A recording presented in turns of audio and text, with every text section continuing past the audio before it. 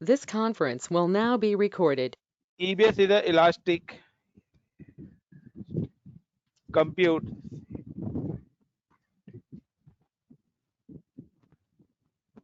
elastic block storage.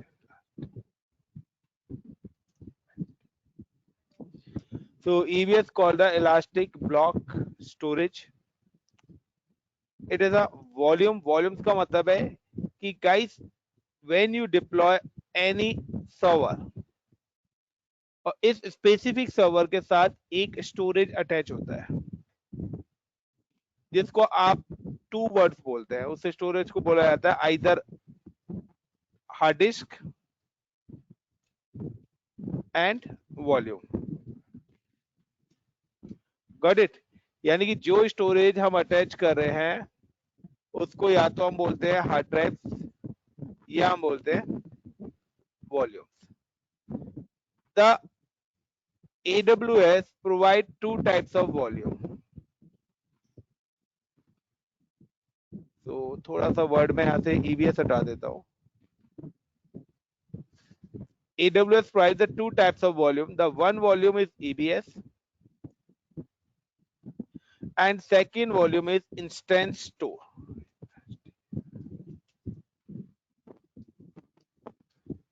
The instance store volume is a temporary storage.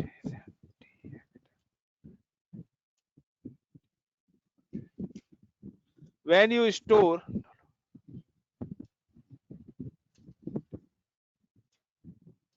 data in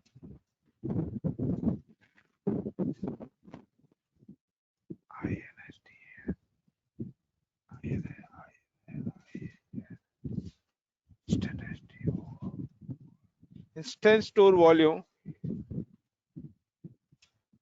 the data is deleted when system is off or shut down. तो gas instant storage temporary storage है। Already जब भी आप अपना server बनाएंगे तो वहां पर ये स्टोरेज आएगा, तो उसके अंदर एक फाइल आती है, उसके अंदर ऑलरेडी लिखा हुआ है। तो इसमें डेटा आपका तभी तक एक्टिव है जब तक आपका सिस्टम एक्टिव है। तो लाइक इस स्टोरेज के अंदर आप वो डेटा रख सकते हो जिसकी बैकअप कॉपी आपने कहीं अदर लोकेशन पे रखी हुई है, कि फर्दर अगर ये डेटा आपका डिलीट भी हो जाए तो भी आपके ऊपर कोई भी इफेक्ट ना पड़े। There is no any extra charges, इसका कोई एक्स्ट्रा चार्जेस नहीं है। The charges include in a EC2। तो जब आप EC2 का सर्वर सिलेक्ट करेंगे और हार्डवेयर टाइप इंस्टेंस टाइप आप सिलेक्ट करेंगे, तो इंस्टेंस टाइप के साथ ही ये स्टोरेज भी क्या होता है, सिलेक्ट हो जाता है। Got it everyone? बट अगर हम बात करते हैं EBS की, it is a permanent storage.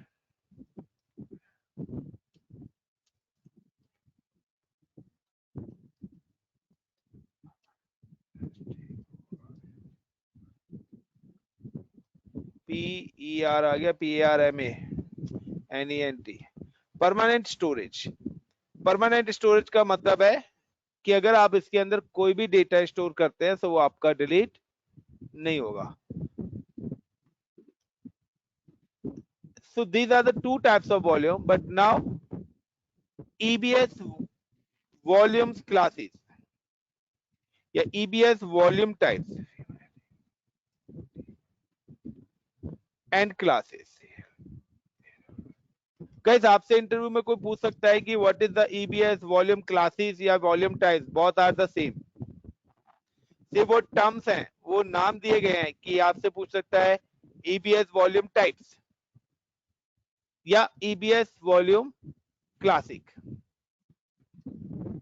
So guys यहाँ पर EBS की डिफरेंट क्लासेस अवेलेबल है।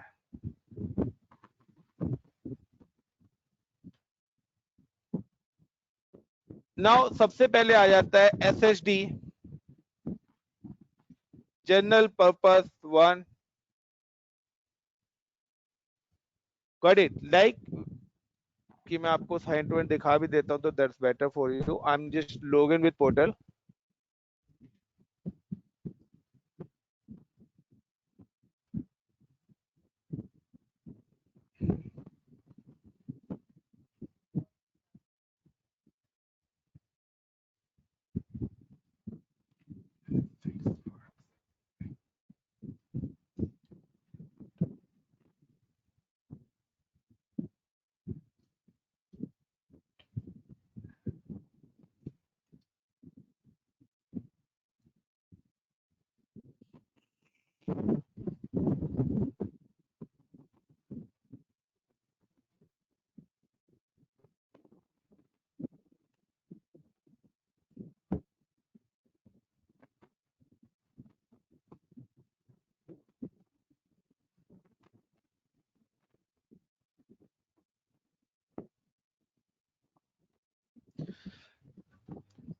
Now guys, so if you click on a launch instance and select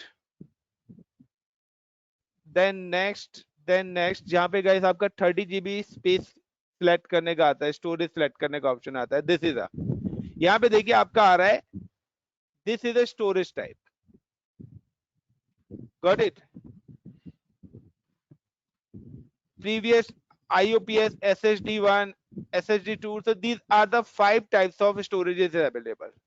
Like general purpose 1 और 2 आता था, आजकल general purpose 2 and 3 हो गया है. The general purpose 2 and 3. So simply कि आपके जो ये आपके यहाँ पर आ रहे हैं लाइक जनरल पर्पस 1 की जगह 1 ओल्ड में चला गया है, 2 हो गया है, एंड SSD जनरल पर्पस 3. उसके बाद आपका आता है एक आता है मैग्नेटिक एंड एक आता है आपका HDD. If you can see कि यहाँ पे सारे ऑप्शंस आ रहे हैं, मैग्नेटिक फाइन, और यहाँ पर आपका नहीं दिख रहा है HDD वाला, बट अगर if you go for another option, click on volume step, when you create a volume, so you can see कि यहाँ पर आपका आ रहा है cold HDD and throughput optimise HDD. तो HDD वाले ऑप्शंस आपके पास आ रहे हैं, मैग्नेटिक आ रहे हैं और SSD वाले वॉल्यूम्स आ रहे हैं. गाइस तीनों में क्या डिफरेंस है कि जब सबसे पहले AWS इंट्रोड्यूस हुआ इन अ मार्केट, जब AWS इंट्रोड्यूस हुआ इन अ मार्केट, तो सबसे पहले उसने यूज करी थी मैग्नेटिक, गॉट इट. मैग्नेटिक और SSD का मतलब है guys this both are a bootable. ये जो आपके पार्टीशंस हैं, ये जो आपके वॉल्यूम्स हैं, ये आपके क्या है, बूटेबल वॉल्यूम्स है. बूटेबल का मतलब है कि आप अगर ऑपरेटिंग सिस्टम इंस्टॉल करना चाहते हैं, तो operating system always install in bootable volume, got it. यानी कि अगर आप अपना ऑपरेटिंग सिस्टम इंस्टॉल करना चाहते हैं तो ऑपरेटिंग सिस्टम ऑलवेज किस ड्राइव के अंदर जाते हैं, बूटेबल ड्राइव के अंदर जाते हैं. जो स्टोरेज या जो वॉल्यूम्स आपका बूटेबल नहीं है, उसके अंदर आप अपना ऑपरेटिंग सिस्टम इंस्टॉल नहीं कर सकते. HDD is not a bootable. तो HDD बेसिकली यूज होता है कि लाइक आपका कोई डेटा है और आप कॉस्टली स्टोरेज नहीं लेना चाहते, गॉट इट. अगर मैं कहता हूं कि if you required like 1000 GB SSD, तो अप्रोक्सीमेटली 1000 GB SSD की कॉस्ट आपकी आएगी 15,000 रुपीज के आसपास. वही HDD की कॉस्ट आपकी अप्रोक्सीमेटली 2000 रुपीज आएगी. तो this is a big difference, but speed का भी काफी ज्यादा डिफरेंस है. Got it my point. Magnetic क्या है, magnetic is very slow. Second कि इन SSDs की कुछ लिमिट भी दी गई है, इज 1 to 16 TB. यानी कि पहले बूटेबल ड्राइव्स बनाए गए थे कि आपका 1 GB टू आपका ऑपरेटिंग सिस्टम 1 GB के अंदर पहले आ जाता था, got it. Like I am talking about like XP. But अब कंटिन्यूअस ऑपरेटिंग सिस्टम्स बढ़ते आ रहे हैं, सो इसको 1 GB से 1 TB करा. बट अब 1 TB से 16 TB तक का वॉल्यूम्स उन्होंने दे दिया कि you can create a single volume maximum of 16 TB. सो आप 16 TB तक का वॉल्यूम बना सकते हैं. बट मैग्नेटिक के अंदर आपका सिर्फ 1 TB तक ही है. लेकिन मैग्नेटिक वॉल्यूम का जो साइज है वो मैक्सिमम साइज कितना है आपका 1 GB टू 1 TB. और इट्स अ स्लो, ये काफी स्लो है. Like if you can click on this point, like I'm select a general purpose SSD, so you can see the 1 GB to 16,384 GB, that means TB. Same as अगर मैं SSD 3 करते हैं तो ये भी 16 TB दिया है, SSD 16 TB। तो बट मिनिमम कहां से स्टार्ट है, 4 GB से स्टार्ट हो रहा है। Same as it's also in a, यहाँ पे देखिए यहाँ पे मैक्सिमम साइज, तो ये अभी नए लॉन्च करे इन्होंने प्रोविजन IOPS SSD, ये पहले नहीं थे। अगर आप बिफोर 6 मंथ पहले देखेंगे तो ये वॉल्यूम्स आपके नहीं थे, तो ये वॉल्यूम्स अभी आए हैं कि the previous IOPS volumes with a size greater than 16 TB IOPS। तो ये यहाँ पे अप्रोक्सीमेटली इन्होंने क्या कर दिया है, 64 TB तक का साइज एड ऑन कर दिया है। तो चॉइस इज योर कि आप कौन से वॉल्यूम्स अपने क्रिएट करना चाहते हैं। बट सेम कि अगर आप यहाँ पे मैग्नेटिक सिलेक्ट करते हो तो 1 GB टू 1 TB मैक्सिमम है। HDD की अगर हम बात करते हैं तो HDD भी आपका 125 GB से लेकर 60 TB तक अवेलेबल है। Got it everyone? So this is a volume types. Always remember guys, note down कर लेना, इंटरव्यू में 110% पूछे जा रहे हैं क्वेश्चन।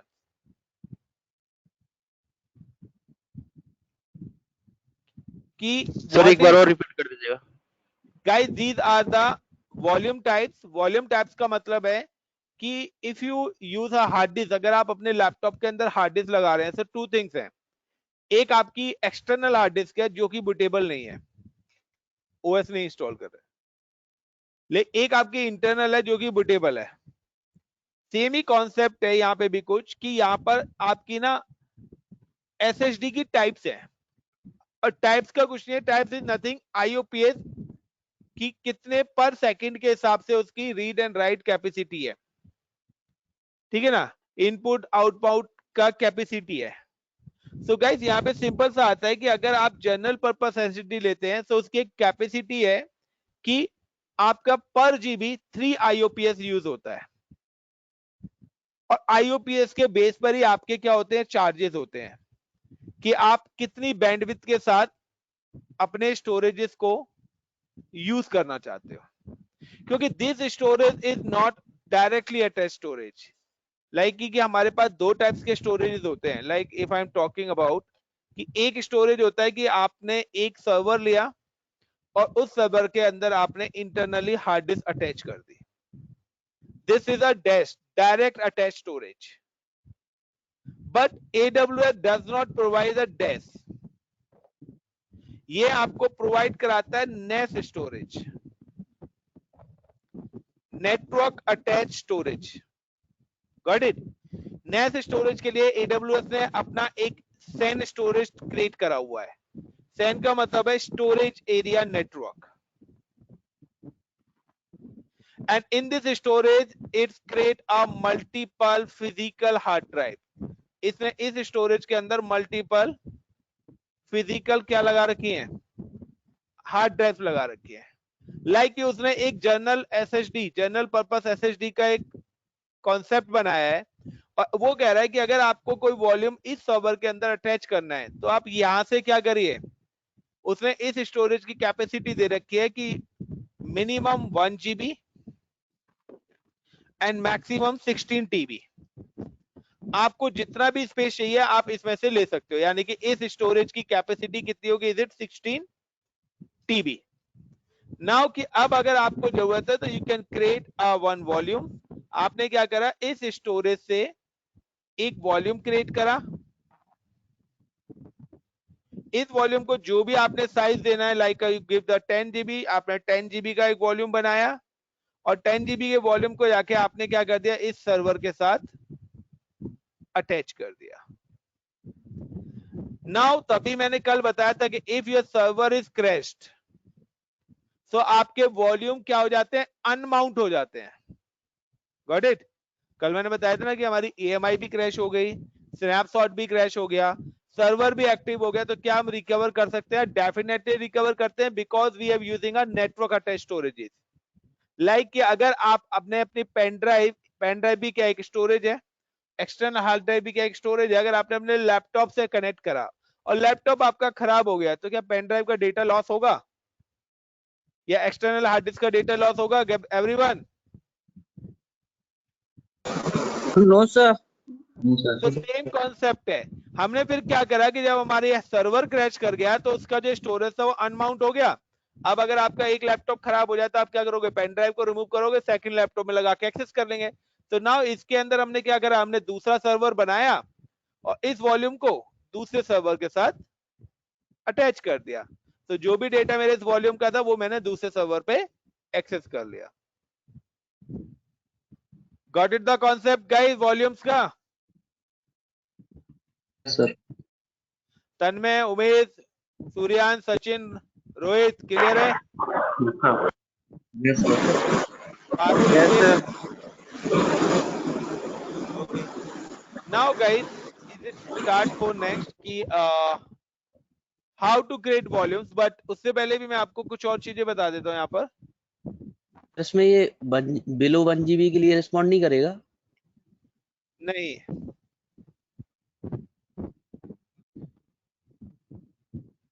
देखिए हर किसी चीज का ना एक set of standard rule set करा हुआ है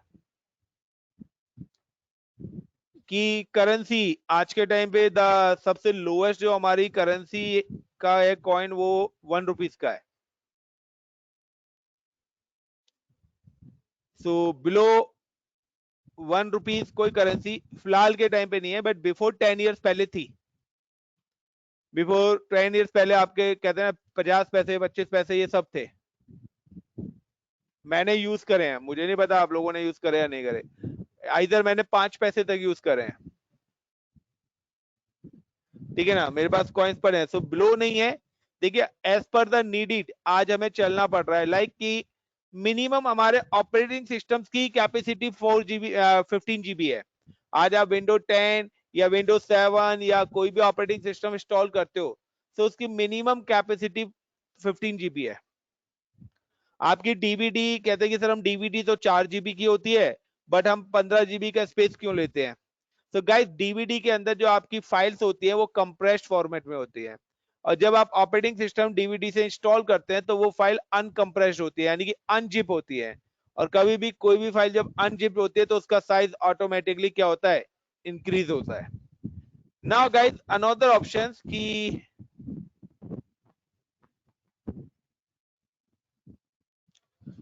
लाइक कि this is your hard drive, ये आपके लैपटॉप की हार्ड डिस्क है, और in this laptop hard drive you create a 3 partitions. आपने एक हार्ड डिस्क अटैच है और आपने यहाँ पे 3 पार्टीशंस बनाए, 1 2 and 3, C drive, D drive and E drive. And आपका जो डेटा है C के अंदर आपने इंस्टॉल कर दिया operating system. C use for OS, D and D use for data. अगर आपकी हार्ड ड्राइव क्रैश होती है तो आपका एक पार्टीशन जाएगा या सारे पार्टीशन चले जाएंगे? सिर्फ एक ही पार्टीशन जाएगा सर सी। गाइस सिंपल सा है कि आप एक कार के अंदर जा रहे हो और कार में आग लग गई तो कार की एक सीट जलेगी या सारी सीटें जल जाएंगी? सारी गई यहां मैंने बोला था this is a single hard drive, और सिंगल हार्ड ड्राइव के अंदर 3 पार्टीशंस हैं, और मैंने क्रैश कराया हार्ड डिस्क को, आपकी हार्ड डिस्क ही टूट गई तो क्या होगा? सारा डेटा लॉस। बट AWS आपको ऑप्शन देता है कि when you create any server, इस सर्वर के साथ either you create a single hard drive और create a inside the single hard drive multiple volumes, look like a C, D and E. This is the one option. Yeah, AWS also give you can use 3 hard drives, C, D and E.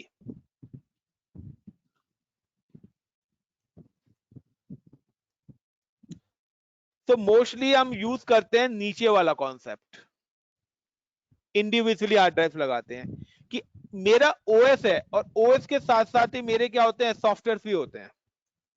Yes और no everyone? OS के साथ ही क्या होते हैं, मेरे software में। अगर मेरा ओएस यहां पर क्रैश करता है तो मैं ये डेटा भी रिकवर नहीं कर पाऊंगा जब तक मेरा ऑपरेटिंग सिस्टम ऑन नहीं होगा, क्योंकि ओएस क्रैश मेरा सिस्टम चलना बंद हो जाएगा। सिस्टम चलना बंद हो जाएगा तो मैं डी और ई का डेटा भी रिकवर नहीं कर पाऊंगा। बट अगर मैंने इस कॉन्सेप्ट में लिया है, अगर मेरा ओएस क्रैश होता है तो भी मैं अपना डेटा रिकवर कर सकता हूं। एज अ एक्सटर्नल ड्राइव से मेरी काम करेंगे। I am just remove and attach to another machine. Guys got it the point? Yes, sir. Yes. Now, so today topics: how to attach volumes, how to remove volumes, how to create volumes, how to deploy instant storage, EBS volumes. So these everything.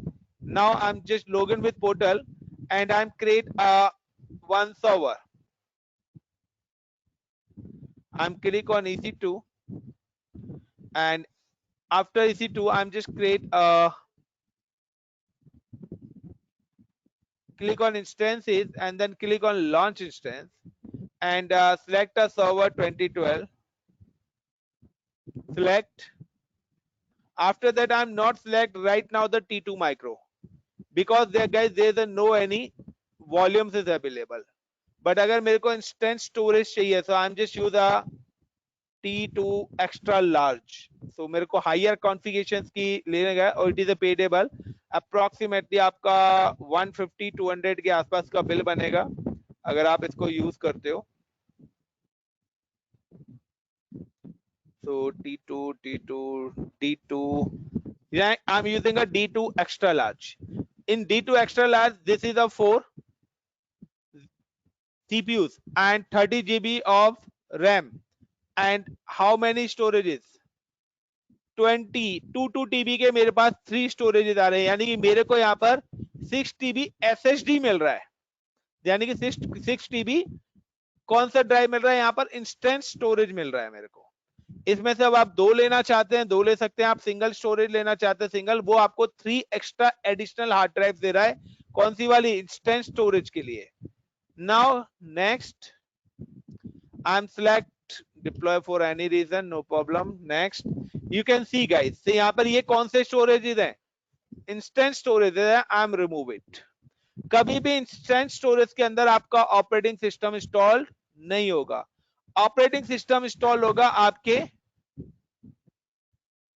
EBS volumes के अंदर, क्योंकि EBS is a permanent storage और operating system हम कभी भी temporary storage के अंदर add on नहीं कर सकते। सो नाउ, और मैंने यहाँ पे EBS वॉल्यूम कितना लिया? 30 GB and instant storage I am using 20480, it is the minimum size. Now next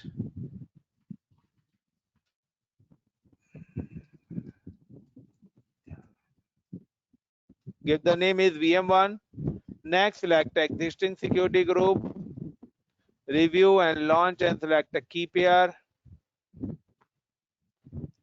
and launch instance. अब गाइस अगर आप किस पे एक और कोई स्टोरेज एड ऑन करना चाहते हो, so what is the process? there are the two process, either या तो आप अपने सिस्टम को ऑफ करके ऑन कर दीजिए, एड ऑन कर दीजिए, या आप रनिंग में ही स्टोरेज ऐड कर सकते हैं। सो अगर हमें पेन ड्राइव या एक्सटर्नल हार्ड ड्राइव लगानी होती है तो हम क्या रनिंग में भी अटैच कर सकते हैं और ऑफ में भी कर सकते हैं। Same as I am just create a volume, click on volume. ये जो वॉल्यूम आ रहा है this is my default volume जो मैंने अभी डिप्लॉय करा था 30 GB ऑपरेटिंग सिस्टम वाला।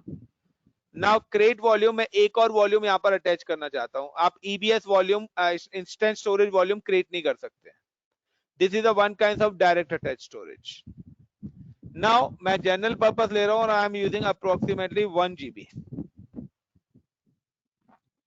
इन विच location? So guys always remember कि जिस लोकेशन में आपने अपने सर्वर क्रिएट करे हैं उसी लोकेशन में आपका वॉल्यूम्स भी होना चाहिए। लाइक अगर आपका सर्वर है जोन ए के अंदर, so आपका वॉल्यूम भी जोन ए में ही होना चाहिए. So now the AP South 1A, so now I am create this 1 GB volume in AP South 1A, and I am not create a backup. Give the name of this like NAME name is like VM1-D drive. Create volume. So guys, you can see there the two volumes is available, VM1 and VM1-D drive.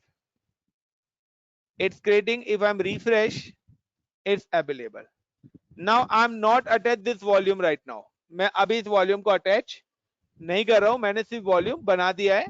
अभी मैं आपको first login with server, and login करने के बाद server को मैं क्या करता हूं, I'm just click select VM1 and then click on connect, RDP, get password, browse, select the key pair.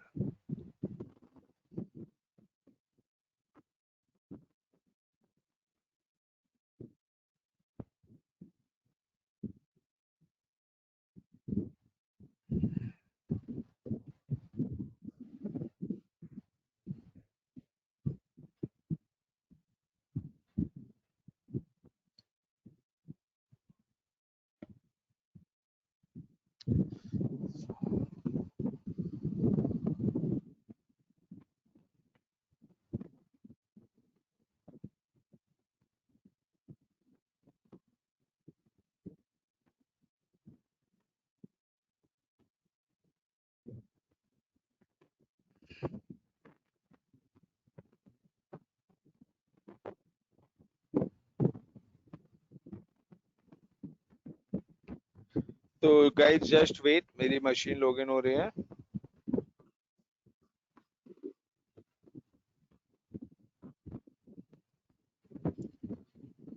Now this machine is login, and I'm just click or go to the disk management. अभी आप अगर this PC पे work करेंगे तो देखिए यहाँ पे storage आ गया, temporary storage, and size 1.81 TB. And now important notes, data on the drive will be lost in case stopping the instance. Got it guys? So please ensure that any important data is backed up. Clear guys? Now I'm just store a data. मैं इसके अंदर कुछ data रख देता हूँ.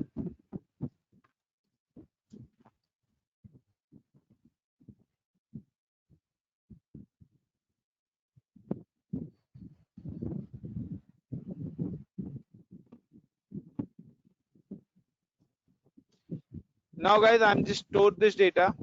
और data रखने के बाद मैं क्या करता हूँ, I'm just change the password of this machine, cmd and internet space user space administrar.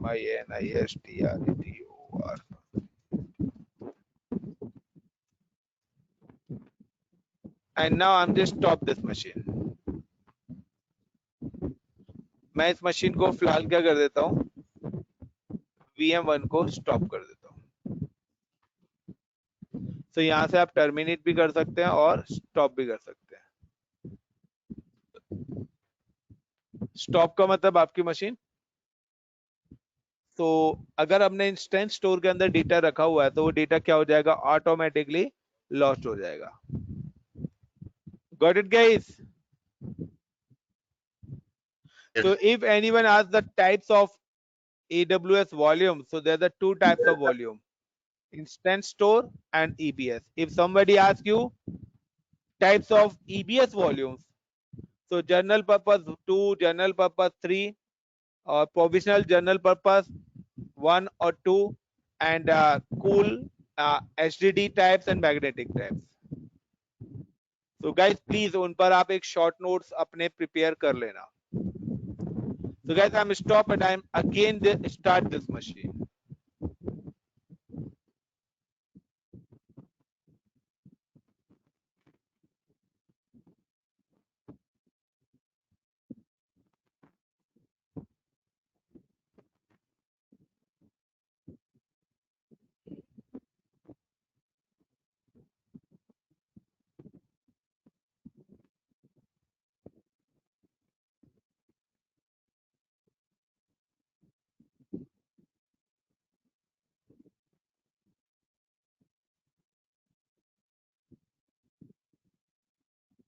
Hello, हाँ जी सर। हेलो, या गौरव बताइए। हाँ जी सर। हाँ जी सर। सर कल क्या पढ़ाया क्योंकि कल एक्चुअली सर मेरी एक क्लास मिस हो गई कल। गौरव अभी रिकॉर्डेड है आपका कल स्नैपशॉट और हमने पढ़ाया था snapshot and IAM AMI। Sorry AMI custom AMI। तो आप रिकॉर्डेड ठीक है, सेशन देख सकते हैं। ठीक है गौरव। तो रिकॉर्डिंग नाउ सेशन गाइस, हाँ डियर अभी यहाँ पे सेशन चल रहा है, प्लीज आप क्लास के एंड में पूछना। Got it. तो रिकॉर्डिंग में फिर हमारे अननेसेसरी डिस्टरबेंस होगी फिर। तो गाइस इस VM व्हेन गाइस कि अगर कोई भी अपनी क्लास मिस करता है तो या तो इस क्लास के स्टार्टिंग में बात करे या लास्ट में बात करे, वरना आप लोग जब वॉल्यूम देखेंगे तो फिर आपको डिस्टरबेंस होगा वीडियो देखने पे। So guys running on now, just I am copy this, go to the remote desktop connections.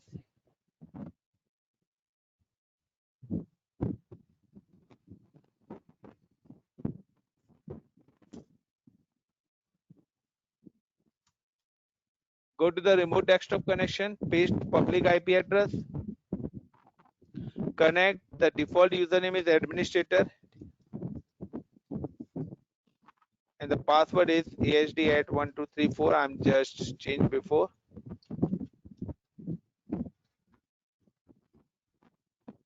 No, yes. Now click on this and you can see the temporary storage, there's no any data. Clear guys? Like if I'm attach one more volumes, मैंने एक volumes भी create करा था अगर आपको पता हो, and this volume is a EBS volume. तो मैंने EBS volume का जनरल पर्पस 1 GB का बनाया था. This is a permanent storage. अगर आप कोई ऐसा डेटा रखना चाहते हो सर्वर पे जो परमानेंट स्टोर रहे, तो उसके लिए आपको EBS वॉल्यूम यूज करना पड़ेगा. So now guys how to attach EBS volume.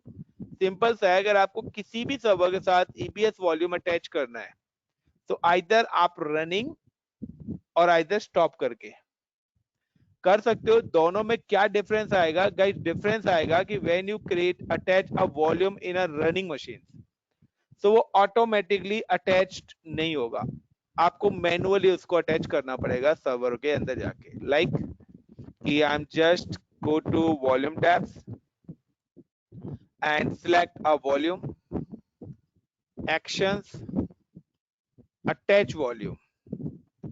With this select a server VM1, theme name and attach volume. So guys, I'm attached this volume. So if I'm refresh, you can see it's in use and using a same ID. लेकिन अगर आप system पे जाके देखते हैं, it's not display, वो drive आपको यहाँ पे शो नहीं कर रही है. टू वेज है, या तो आप सिस्टम को रीस्टार्ट करें. So when you restart the system is automatically attach with VM. Got it. क्योंकि उसका ड्राइवर एक्सेप्ट नहीं हुआ या प्रॉपर अपलोड नहीं हुआ, सो काफी सारे रीजंस हो सकते हैं.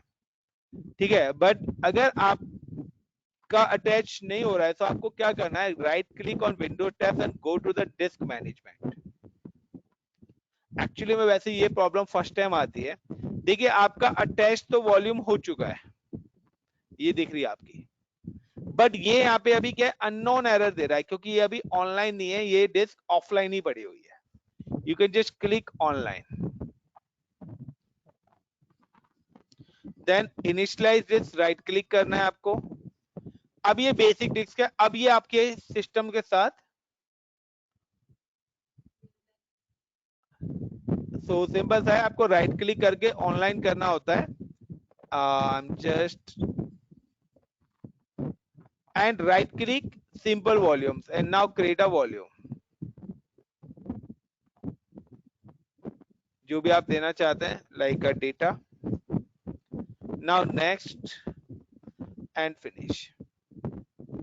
Then guys you can see your one more drive is available with the name of D drive. Now I'm creating some data in this file.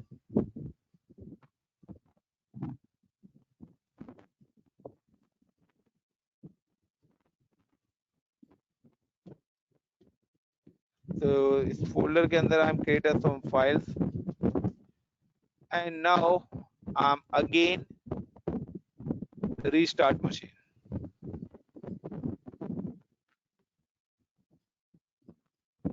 Stopped.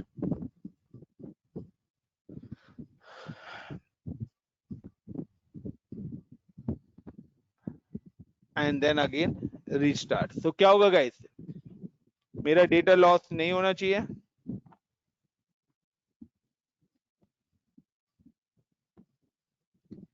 Yes or no? Yes, sir. The data data चलिए loss नहीं हो रहा sir. चलिए तो check कर लेते हैं.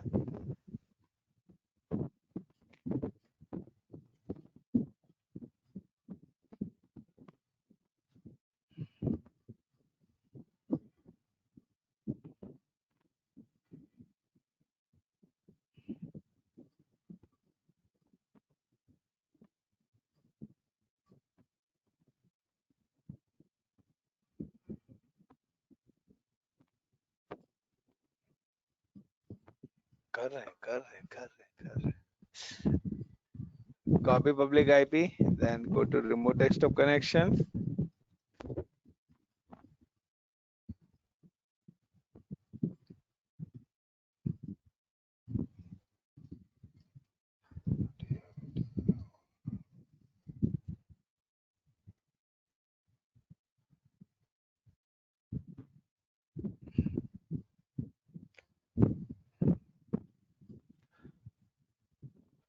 Okay. So is it clear the instance store and EBS volumes में क्या difference है everyone? Now I'm install one web server also in this machine. नहीं web server नहीं, I'm just terminate. मैं क्या कहता हूँ I'm just terminate. Terminate का मतलब है delete. गलती से कोई आपके डेटा को आपकी मशीन को डिलीट कर देता है. तो अगर आपकी मशीन को डिलीट कर देगा तो वो डेटा आपका लॉस नहीं हुआ है, वो एक्सटर्नल स्टोरेज था, वो ऑटोमेटिकली क्या हो जाएगा, अनमाउंट हो जाएगा. Got it everyone? वो ऑटोमेटिकली क्या हो जाएगा, अनमाउंट हो जाएगा. Now how to recover? अगर आपका दोबारा से अगर आपको वही स्टोरेज रिकवर करना है, you can create a new server. I am create a new server, launch instance server 2012, Microsoft Windows Server, select, next. In zone A है, सो जोन ए के अंदर ही आपको डिप्लॉय करना है अपना नया server. Next next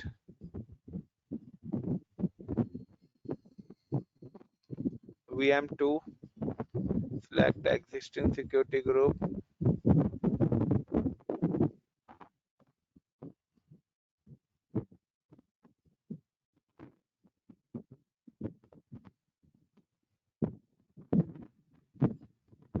so guys अभी भी मैं कह रहा हूँ पैरेलली प्रैक्टिस स्टार्ट कर देना, क्योंकि नेक्स्ट वीकेंड से जितना आपने करा है इसी में चीजें ऐड ऑन होंगी.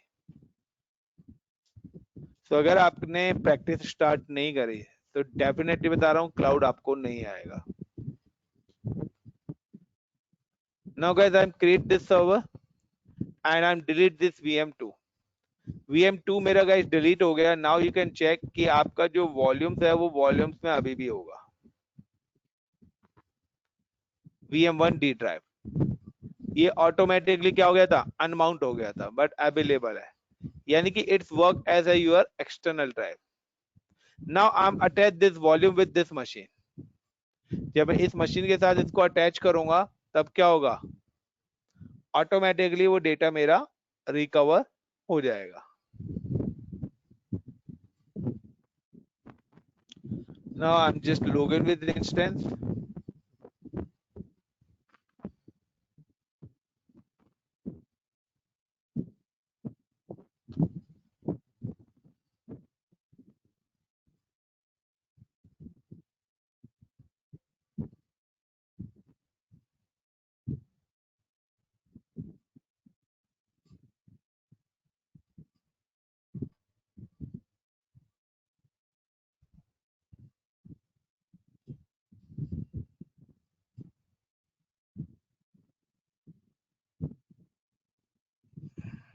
Now attach a volume. तो वॉल्यूम अटैच करने के लिए आपको क्या करना है, simply go to volume tab,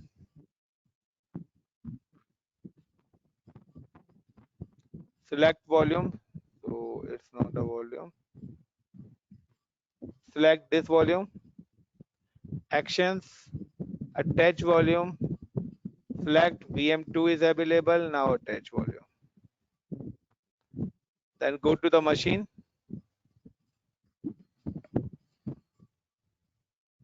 wait for 1 or 2 minutes,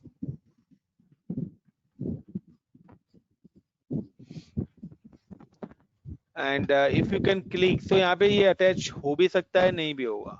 अगर आप मशीन को रिस्टार्ट करेंगे तो ऑटोमेटिकली अटैच है, बट अगर नहीं हुआ है, so I am repeat again, right click on Windows tab, go to the disk management, you can see कि आपका जो 1 GB का स्टोरेज है वो यहाँ पर ऑलरेडी है, but it show the offline, right click online.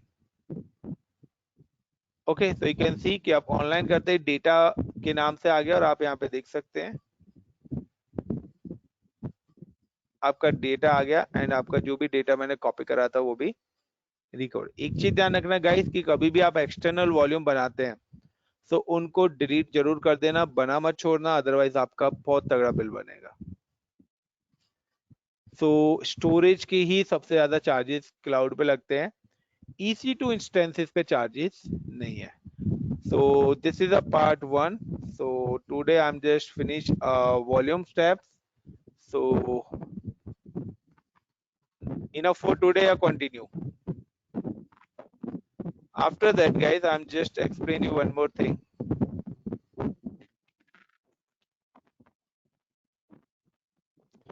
Guys आपका अगर आपको कॉस्ट कैलकुलेट करनी है कि आपकी किस चीज के कितने चार्जेस लगे हैं, so you can search AWS calculator,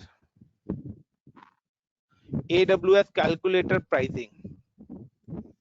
तो आप यहाँ पर AWS pricing calculator है, you can just click, और अब आप जो भी सर्विसेज क्लाउड की लेना चाहते हो अपनी कंपनी के लिए या किसी भी उसके लिए, like you use SQL server और Amazon या इधर Amazon या EC2 सर्विस, हम बात कर रहे हैं EC2 की, so I'm using a EC2, so Amazon EC2 हम पढ़ रहे हैं अभी।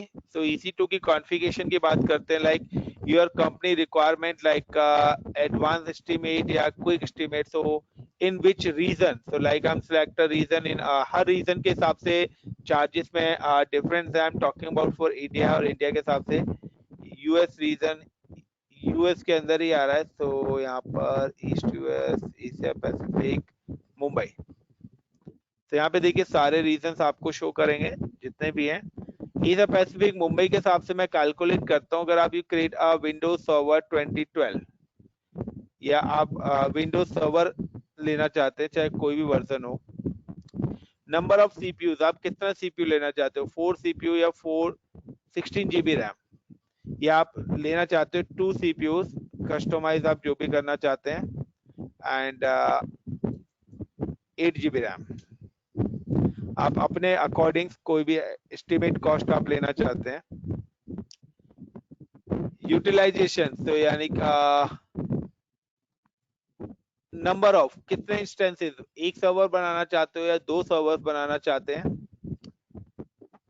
परसेंट मंथली यूजेस हम करना चाहते हैं, 1 ईयर के लिए आप लेना चाहते हो, 3 इयर्स के लिए लेना चाहते हो, स्टोरेज आप कितना लेना चाहते हो, अप्रोक्सीमेटली 1 TB, 1000 GB लेना चाहते हो, और कौन सा लेना चाहते हो, तो अप्रोक्सीमेटली इसकी जो कॉस्ट आएगी $156 USD आ रही है, आई थिंक सो मैंने एक साल या 1 ईयर, ठीक है। बट अगर आप यहाँ पर सेम कि अगर आप यहाँ पे ले लेते हो मैग्नेटिक, तो $122 हो गए आपकी। Clear everyone?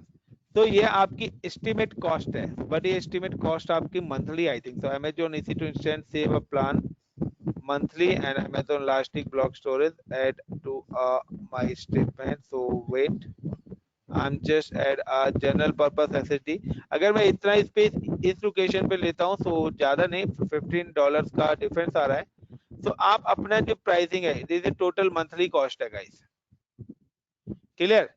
सो आपके ऊपर है कि आप किस हिसाब से कितनी टर्म्स के लिए कैलकुलेट करना चाहते हैं, ऐड टू माय एस्टिमेट, और भी आप क्या क्या चीजें ऐड ऑन करना चाहते हैं। सो यहाँ पर ये आपकी एशिया पैसिफिक लोकेशन की कॉस्ट है। The total 12 month cost is $1,881, so approximately $2,000, 1.5 lakh, तो 1.5 लाख रुपए के आसपास है मंथली कॉस्ट आपकी ये आ रही है। सो जिसमें हमने क्या लिया है, 2 CPUs एंड 8 GB रैम ली है। अब आपको नहीं है नीड, आप इतना नहीं लेना चाहते, सो आप यहाँ पे अपनी एस्टिमेट क्या कर सकते हो, दोबारा से रिकैलकुलेट भी कर सकते हो, रीचेंजेस भी कर सकते हो, आपको अपने अकॉर्डिंग जो भी करना है। अगर मैं यहाँ पे लिनक्स का लेता हूँ और लिनक्स पे अगर मैं 2 and 8 लेता हूँ and storage we don't require a storage for 30 GB only, startup में 100 GB enough है। Got it? आप अभी स्टार्टिंग में 100 GB लेना चाहते हो एंड एक ही क्वांटिटी आप रखना चाहते हो। T4G प्लस एक्स्ट्रा लार्ज हम टाइप ले रहे हैं, ठीक है, जिसके अंदर हमने 8 GB मेमोरी ली है, 2 GB वो लिया है एंड लिनक्स की मशीन ली है। Now the approximately cost $32। तो लिनक्स आपका काफी ज्यादा सस्ता है। तो अगर आप लिनक्स का सर्वर लेना चाहते हैं 1000 GB कर देंगे तो बढ़ जाएगा ना कॉस्ट, ठीक है ना। तो स्टोरेज के हिसाब से ही है, मैंने पहले स्टोरेज करा तो 134, फिर भी उससे कम ही है विंडोज से।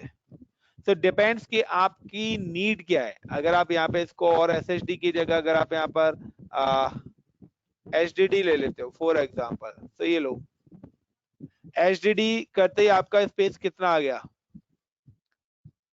$38। तो आप अप्रोक्सीमेटली कि अगर आप AWS की कोई भी लिनक्स की मशीन लेना चाहते हो और आपकी रिक्वायरमेंट है, आप नहीं लेना चाहते, आप तो 2 CPU and 4 GB RAM enough समझते हो, जितने आपके लैपटॉप की कॉन्फ़िगरेशन है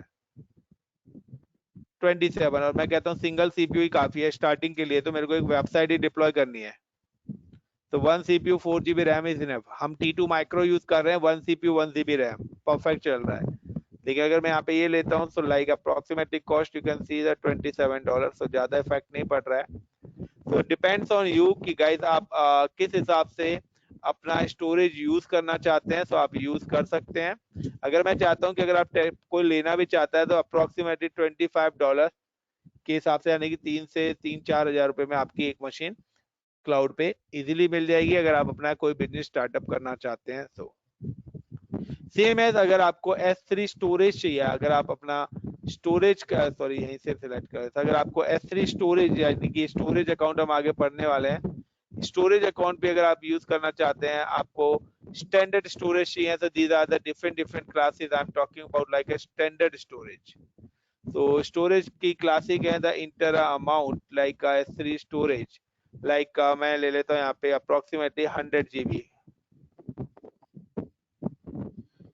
so 100 GB and up per month, so approximately cost आपकी $2.50 आ रही है। बाकी अदर चीजें आप जो चीजें यहाँ पे सिलेक्ट करते जाएंगे उसके हिसाब से आपकी कॉस्ट कैलकुलेट होती जाएगी। So this is the best कि काफी सारे स्टूडेंट पूछते हैं कि सर हमें प्राइसिंग कैसे पता लगेगी। तो अगर आपको क्लाउड की प्राइसिंग के बारे में पता लगाना है गाइस, तो यू कैन यूज calculator.aws.com, और वहां पे जाके आपकी कंपनी के अकॉर्डिंग या आपके पास कोई प्रोजेक्ट आया है, उस प्रोजेक्ट में आपका डेटाबेस की रिक्वायरमेंट है, S3 स्टोरेज की रिक्वायरमेंट है, VPC है, सर्वर कॉन्फ़िगरेशन है, क्योंकि अगर आप एक घर बनाते हैं तो घर बनाने से पहले एक एस्टिमेट रहता है कि आपको क्या चीजें यूज करनी है। सेम कि अगर हम कोई अपनी कंपनी का इंफ्रास्ट्रक्चर बना रहे हैं तो उसका भी हमारे पास एक एस्टिमेट रहता है, तो उस एस्टिमेट को आप इस लोकेशन से आके कैलकुलेट कर सकते हैं। Clear guys? होप सो कि ये आपको काम आएगी। तो enough for today everyone. Yes. Sir